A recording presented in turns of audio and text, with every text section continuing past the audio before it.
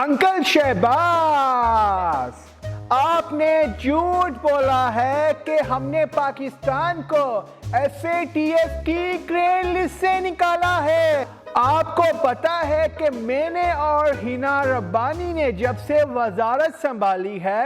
ہم نے 7 دن پاکستان میں اسٹے کیا ہے، اور اس کے بعد ہم نے پاکستان کو FATF کی گرے لسٹ سے نکالنے کے لیے دن رات محنت کیا ہے،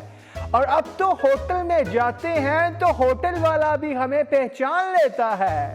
اور کیا چاچا شہباز آپ یہ جانتے ہیں کہ ہم نے دن رات کی محنت کر کے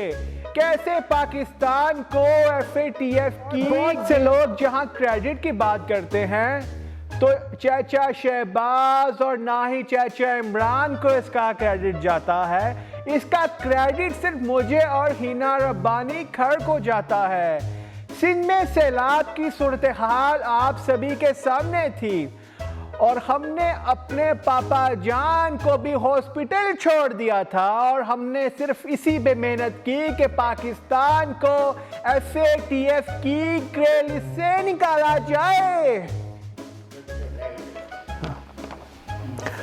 اور جہاں بات مریم نواز کی ہے، مریم نواز تو میرے چاچا نواز شریف کے پاس چلی گئی ہے اور وہ لندن بھاگ گیا ہے، تو اب ہم چاہتے ہیں کہ اگلا جو وزیر اعظم آئے وہ مجھے بنا دیا جائے، اور میری خاص ریکویسٹ ہے محترم حاجی صاحب سے کہ میری سیٹ پکی کر دی جائے۔